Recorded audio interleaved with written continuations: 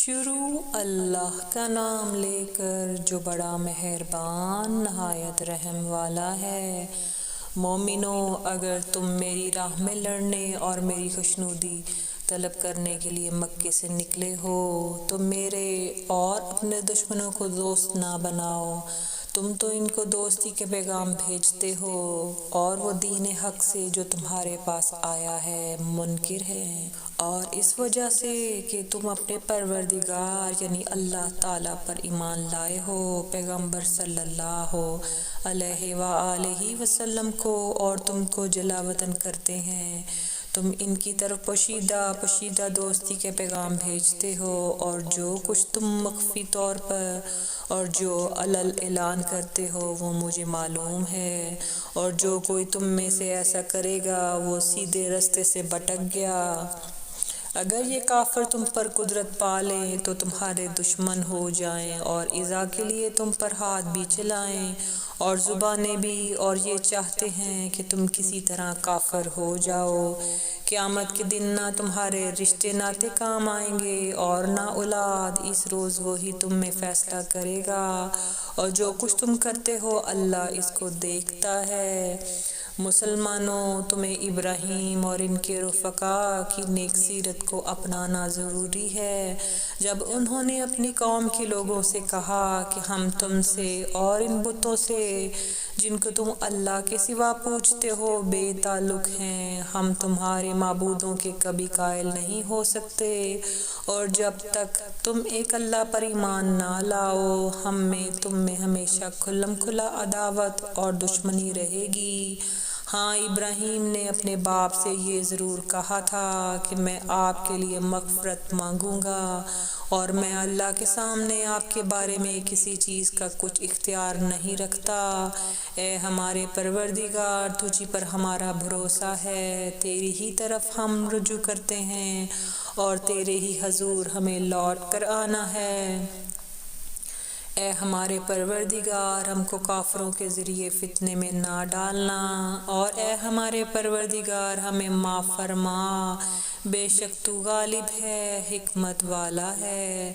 تم مسلمانوں کو یعنی جو کوئی اللہ کے سامنے جانے اور روز آخرت کے آنے کی امید رکھتا ہو،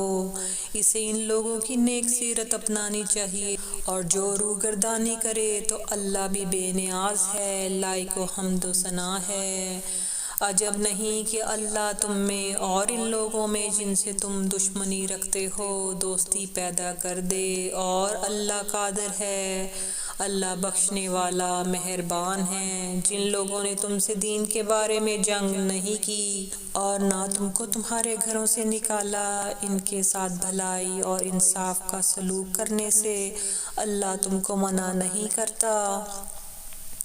اللہ تو انصاف کرنے والوں کو دوست رکھتا ہے۔ اللہ انہی لوگوں کے ساتھ تم کو دوستی کرنے سے منع کرتا ہے جنہوں نے تم سے دین کے بارے میں لڑائی کی اور تم کو تمہارے گھروں سے نکالا اور تمہارے نکالنے میں اوروں کی مدد کی، تو جو لوگ ایسوں سے دوستی کریں گے وہی ظالم ہیں۔ مومنوں، جب تمہارے پاس مومن عورتیں وطن چھوڑ کر آئیں تو ان کی آزمائش کر لو، اور اللہ تو ان کے ایمان کو خوب جانتا ہے، سو اگر تم کو معلوم ہو کہ وہ مومن ہیں تو ان کو کفار کے پاس واپس نہ بھیجو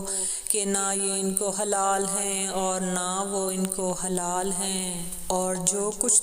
انہوں نے ان پر خرچ کیا ہو وہ ان کو دے دو، اور تم پر کچھ گناہ نہیں کہ ان عورتوں کو مہر دے کر ان سے نکاح کر لو، اور کافر عورتوں کے ساتھ تعلقات نکاح باقی نہ رکھو، یعنی انہیں کفار کو واپس دے دو، اور جو کچھ تم نے ان پر خرچ کیا ہو تم ان سے طلب کر لو، اور جو کچھ انہوں نے اپنی عورتوں پر خرچ کیا ہو وہ تم سے طلب کر لیں۔ یہ اللہ کا حکم ہے جو تم میں فیصلے کیے دیتا ہے، اور اللہ جاننے والا ہے، حکمت والا ہے۔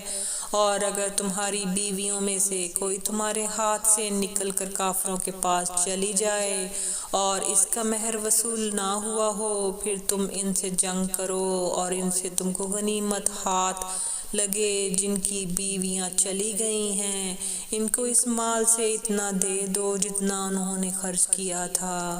اور اللہ سے جس پر تم ایمان لائے ہو ڈرتے رہو۔ اے پیغمبر صلی اللہ علیہ وآلہ وسلم، جب تمہارے پاس مومن عورتیں اس بات پر بیعت کرنے کو آئیں کہ نہ تو اللہ کے ساتھ شرک کریں گی، نہ چوری کریں گی، نہ بدکاری کریں گی، نہ اپنی اولاد کو قتل کریں گی، نہ اپنے ہاتھ پاؤں کے درمیان کوئی بہتان باندھ لائیں گی، اور نہ نیک کاموں میں تمہاری نافرمانی کریں گی، تو ان سے بیعت لے لو اور ان کے لیے اللہ سے بخشش مانگو، بے شک اللہ بخشنے والا ہے، مہربان ہے۔ مومنوں، ان لوگوں سے جن پر اللہ غصے ہوا اور دوستی نہ کرو، کیونکہ جس طرح کافروں کو مردوں کے جی اٹھنے کی امید نہیں، اسی طرح ان لوگوں کو بھی آخرت کے آنے کی امید نہیں۔